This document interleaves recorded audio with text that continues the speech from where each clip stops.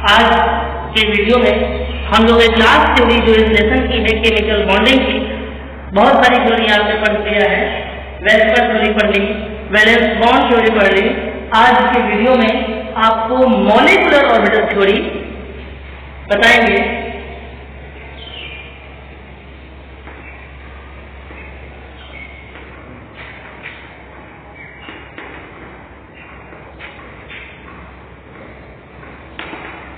Molecular orbital theory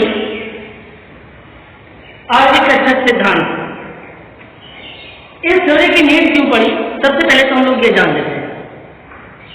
valence bond theory में मैंने बताया था कि बॉन्डिंग में, बंध बनाने में केवल वो इलेक्ट्रॉन पार्टिसिपेट करते हैं जो वैलेंस होते हैं, मतलब आउटर मोस्ट सेल में होते हैं, सबसे बाहर की कक्षा में होते हैं। लेकिन उस थ्योरी में जब हमने ऑक्सीजन मॉलिक्यूल का स्ट्रक्चर देखा तो वो थ्योरी केवल ये एक्सप्लेन करती है कि ऑक्सीजन के बीच में डबल बॉन्ड है, ऑक्सीजन दो बंध बनाता है, लेकिन कहीं भी वो थ्योरी ये नहीं बता पाई कि ऑक्सीजन मॉलिक्यूल का जो नेचर है, जो इसकी प्रकृति है, वो पैरामैग्नेटिक है या डायमैग्नेटिक है, मतलब प्रतिचुंबकीय है या अनुचुंबकीय। पैरामैग्नेटिक, अनुचुंबकीय, डायमैग्नेटिक, प्रतिचुंबकीय, मतलब उसमें चुंबकीय लक्षण है अथवा नहीं है। तो इस ऑक्सीजन मॉलिक्यूल के जो मैग्नेटिक नेचर को रिप्रेजेंट करती है वो थ्योरी है मॉलिक्यूलर ऑर्बिटल थ्योरी। इस थ्योरी की हेल्प से हम लोग ये देखेंगे कि ऑक्सीजन अणु अनुचुंबकीय होता है। कैसे देखते हैं लोग? इस थ्योरी की कुछ खास बातें देख लेते हैं। इस थ्योरी को जो प्रपोज किया था, ये प्रपोज करने वाले कौन थे? हुंड और मुलिकर।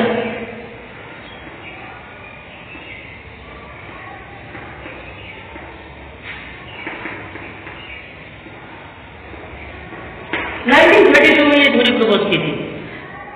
वैलेंस बॉन्ड थ्योरी में एक बात और बताई थी कि केवल वैलेंस इलेक्ट्रॉन यानी कि वैलेंस ऑर्बिटल जो बाहरी कक्षा के ऑर्बिटल होते हैं, कक्षक होते हैं, वही बॉन्डिंग में पार्टिसिपेट करते हैं।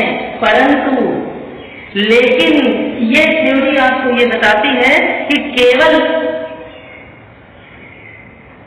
वैलेंस इलेक्ट्रॉन ही नहीं, वैलेंस ऑर्बिटल ही नहीं, बाहर के कक्षक ही नहीं, सभी कक्षक, परमाणु के सभी कक्षक मतलब एटम के all orbital participate in the formation of bond formation में पार्टिसिपेट करते हैं, यानी कि सब डिस्टर्ब होते हैं, सब में कोई न कोई डिफरेंस आता है। इस थ्योरी के कुछ 2-3 पोस्टुलेट बताएंगे, इसके बाद कुछ खास पॉइंट पे आएंगे। जैसे कि ये थ्योरी ये बताती है कि जब दो एटम यानी दो परमाणुओं के ऑर्बिटल मिलते हैं तो मॉलिक्यूलर ऑर्बिटल बनते हैं।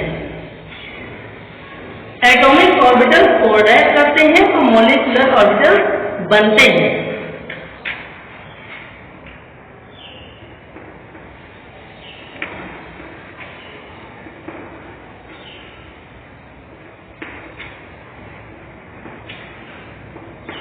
जब एटॉमिक ऑर्बिटल कोऑर्डिनेट करते हैं तो कौन से ऑर्बिटल बनते हैं? मॉलिक्यूलर ऑर्बिटल बनते हैं।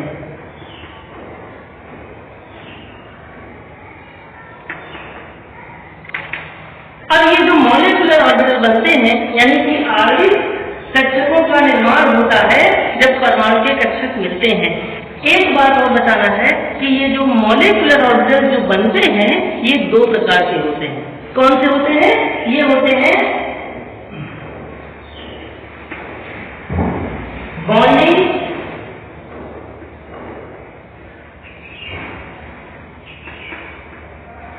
मॉलिक्यूलर ऑर्बिटल और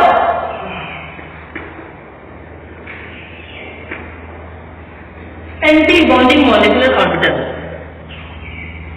बॉन्डिंग मॉलिक्यूलर ऑर्बिटल होते हैं और एंटी बॉन्डिंग मॉलिक्यूलर ऑर्बिटल होते हैं, मतलब एटॉमिक ऑर्बिटल्स मिलते हैं तो मॉलिक्यूलर ऑर्बिटल बनते हैं। मॉलिक्यूलर ऑर्बिटल जो बनते हैं वो 2 टाइप्स के होते हैं। बॉन्डिंग मॉलिक्यूलर ऑर्बिटल और दूसरे एंटी बॉन्डिंग मॉलिक्यूलर ऑर्बिटल। अगर हम एनर्जी के केस में देखें तो बॉन्डिंग मॉलिक्यूलर ऑर्बिटल्स वो होते हैं जिनकी एनर्जी एटॉमिक ऑर्बिटल से कम होती है, हैविंग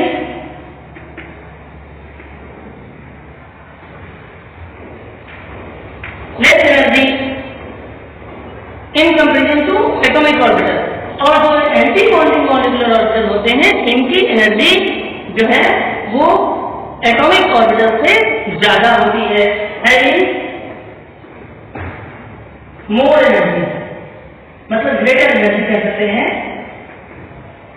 ग्रेटर एनर्जी मतलब एटॉमिक ऑर्बिटल से इनकी एनर्जी ज्यादा होती है। तो इतनी बात समझ में आ गई कि एटॉमिक ऑर्बिटल ओवरलैप करते हैं तो मॉलिक्यूलर ऑर्बिटल बनते हैं। मॉलिक्यूलर ऑर्बिटल दो प्रकार के होते हैं, बॉन्डिंग मॉलिक्यूलर ऑर्बिटल और एंटी बॉन्डिंग मॉलिक्यूलर ऑर्बिटल।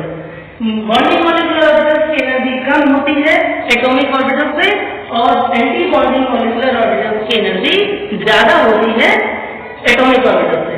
ठीक, अब ये बात समझ में नहीं आती कि ये बॉन्डिंग मॉलिक्यूलर ऑर्बिटल जो बनते हैं और एंटी बॉन्डिंग जो दो प्रकार के क्यों हो जाते हैं। क्यों कि उसका कारण है कि जब हम जानते हैं कि जो इलेक्ट्रॉन होता है वो एक वेव की तरह बिहेव करता है, तो इलेक्ट्रॉन की वेव्स मिलती हैं। जब सेम फेज की वेव्स मिलती हैं तो बॉन्डिंग मॉलिक्यूलर ऑर्बिटल बनते हैं। सेम फेज मतलब इन फेज, इन फेज होती है, इन फेज में कोऑर्डिनेट होता है तो बॉन्डिंग मॉलिक्यूलर ऑर्बिटल होता है। और जब आउट ऑफ फेज में वेव्स मिलती हैं, क्योंकि हम जानते हैं कि जो इलेक्ट्रॉन होता है वो वेव की तरह भी बिहेव करता है।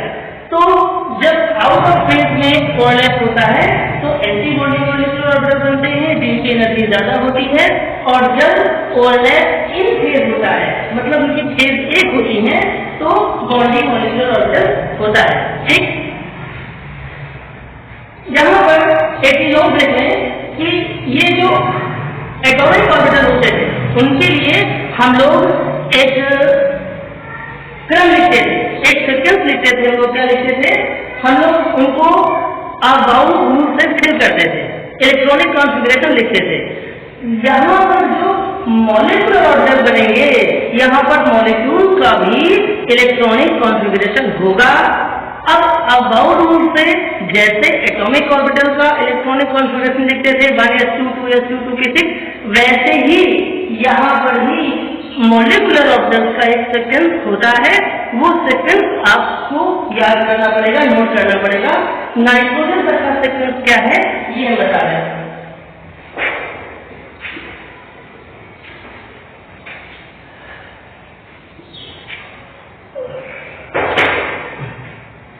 Sigma 1s, sigma star 1s, sigma 2s, sigma star 2s,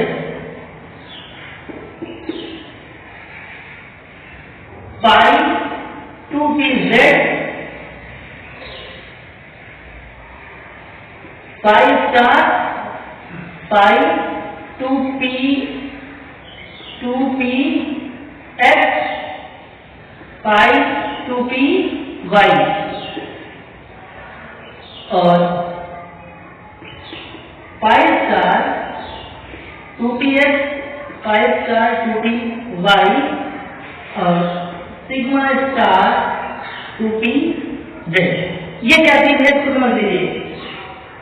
sigma 1s, sigma star 1s, sigma 2s, sigma star 2s और पाई 2pz, पाई 2px, पाई 2py। सबसे कम एनर्जी होती है किसकी, सिग्मा 1s की, फिर सिग्मा स्टार 1s की,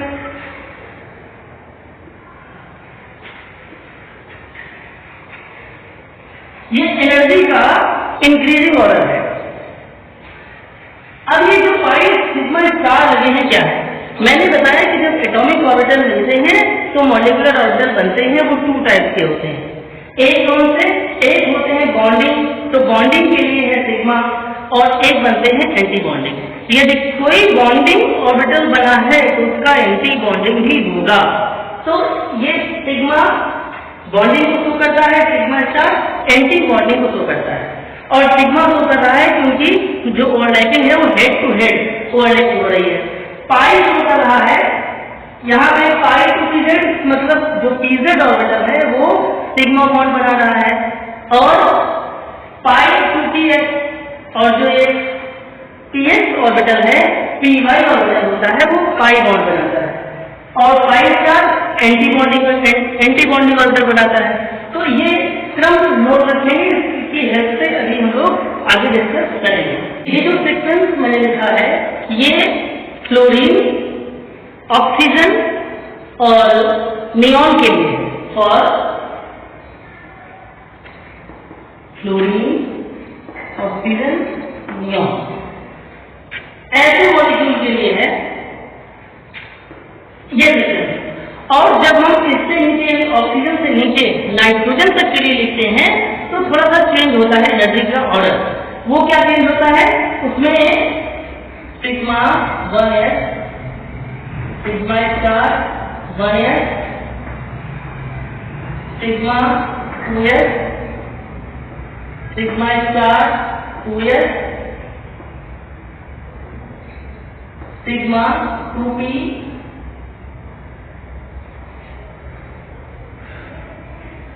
सिग्मा होता है, सिग्मा होता है, पाई होते हैं, सिग्मा 2p, पाई 2px, 2py,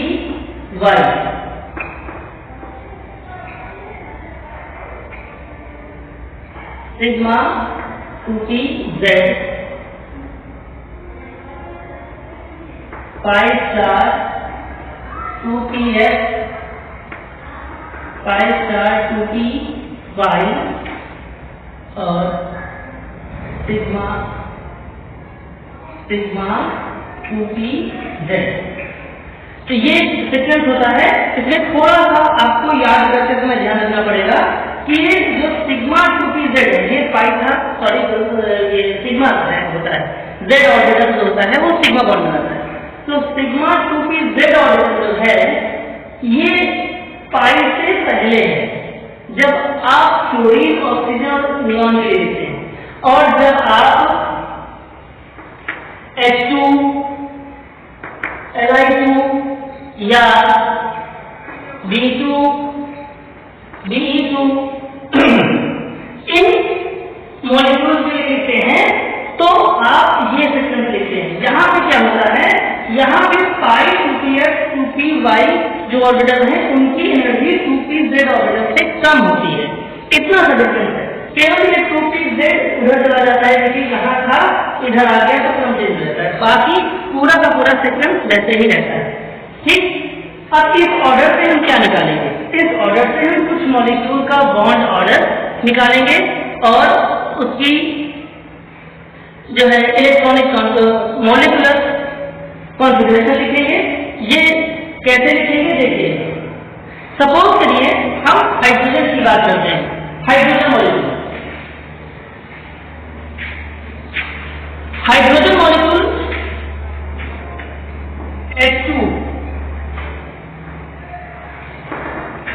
H2 मॉलिक्यूल में कितने इलेक्ट्रॉन होंगे, एक हाइड्रोजन में एक इलेक्ट्रॉन होता है, तो हाइड्रोजन पूरे मॉलिक्यूल में 2 इलेक्ट्रॉन होंगे, यानी टोटल इलेक्ट्रॉन कितने होंगे मॉलिक्यूल में 2। अब हम यहाँ से सीक्वेंस ले लेते हैं, हाइड्रोजन वाला ये है, तो यहाँ कहते हैं sigma 1s2, sigma star 1s0, क्योंकि 2 ही इलेक्ट्रॉन है और उनको आउटबाउंड रूल फॉलो करना है। 2 इलेक्ट्रॉन यहाँ लिखेंगे, यहाँ 0 लिखेंगे, आगे तक हम छोड़ देंगे, हमें कोई जरूरत नहीं है क्योंकि इलेक्ट्रॉन हमारे पास 2 ही है। ये लिखने के बाद ये मॉलिक्यूलर ऑर्बिटल इलेक्ट्रॉनिक यानी कॉन्फ़िगरेशन है, इसके बाद में फिर हम क्या लिखते हैं, इसका डायग्राम बनाते हैं। कैसे डायग्राम बनाएंगे, ये है एटॉमिक ऑर्बिटल 1s 1s। हमने बताया था कि एटॉमिक ऑर्बिटल्स ओवरलैप करते हैं तो मॉलिक्यूलर ऑर्बिटल्स फॉर्म होते हैं। ये एटॉमिक ऑर्बिटल्स जब ओवरलैप करेंगे तो मॉलिक्यूलर ऑर्बिटल्स फॉर्म होंगे। लेकिन मॉलिक्यूलर ऑर्बिटल्स टू टाइप के होते हैं, एक बॉन्डिंग और दूसरे एंटी बॉन्डिंग। तो जो बॉन्डिंग होगा उसकी एनर्जी एटॉमिक ऑर्बिटल से कम होगी और जो एंटी बॉन्डिंग होगा उसकी एनर्जी एटॉमिक ऑर्बिटल से ज्यादा होगी। ये क्या है? Atomic orbital. और ये क्या है? MO. MO means molecular orbital. AO, इसे क्या लिखेंगे? AO, atomic orbital. इसमें इलेक्ट्रॉन, इसमें इलेक्ट्रॉन। अब क्या है कि ये हमें अनरिस्ट्रिक्टेड से हम लोग लिख लेंगे सिग्मा 1s2, तो ये है सिग्मा 1s2 और यहाँ पे 2 इलेक्ट्रॉन फिल कर देंगे जहां पे हम हुंड रूल का उसको फॉलो करेंगे। अब यहाँ पे सिग्मा स्टार ऑर्बिटल तो है लेकिन वहां पे इलेक्ट्रॉन नहीं है तो इलेक्ट्रॉन नहीं डालेंगे। 1s0 ये हो गया। इसको कहते हैं एनर्जी लेवल डायग्राम। एनर्जी नीचे से ऊपर क्यों इंक्रीज होती है। और इसके बाद हमें तो लिखना होता है bond order.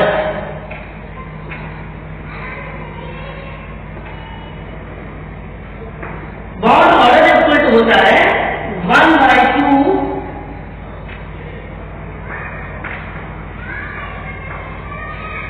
NV minus NA। NV क्या होता है? NV होता है number of electron in bonding molecular orbital. NV means number of electron in bonding molecular orbital और NA क्या होता है?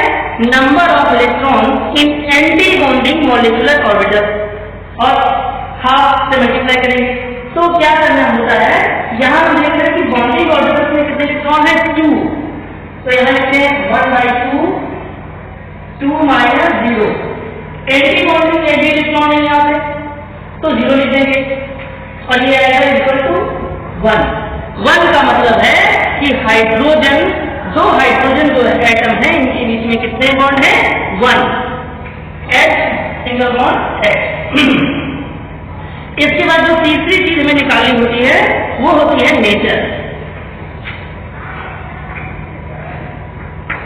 नेचर कैसा होता है? नेचर इसका होता है या तो पैरामैग्नेटिक या तो डायमैग्नेटिक। पैरामैग्नेटिक मीन्स अनुचुंबकीय और डायमैग्नेटिक मीन्स प्रतिचुंबकीय। तो अनुचुंबकीय कैसे देखेंगे, प्रतिचुंबकीय कैसे देखेंगे? हम देखेंगे मॉलिक्यूलर ऑर्बिटल। मॉलिक्यूलर ऑर्बिटल में अगर कोई अनपेयर्ड मतलब सिंगल इलेक्ट्रॉन होगा तो वो अनुचुंबकीय होगा और यदि सारे इलेक्ट्रॉन पेयर में हैं यानी कि 2 इलेक्ट्रॉन है सभी ऑर्बिटल्स में तो वो डायमैग्नेटिक होगा, प्रतिचुंबकीय होगा। हम यहाँ पर देख रहे हैं कि जो बॉन्डिंग मॉलिक्यूलर ऑर्बिटल वो हमारे पास है BO, bonding molecular orbital BMO। ये इसमें 2 इलेक्ट्रॉन है, यहाँ पे 0 है मतलब अनपेयर्ड इलेक्ट्रॉन नहीं है तो इसको क्या लिखेंगे हम? Nature diamagnetic. डायमैग्नेटिक मतलब जो हाइड्रोजन मॉलिक्यूल होगा वो प्रतिचुंबकीय होगा। इसके बाद और एक 2 एग्जांपल लेकर हम लोग कल बात करेंगे अगले वीडियो में। If you like this video, please click subscribe to watch more such videos. Thanks for watching.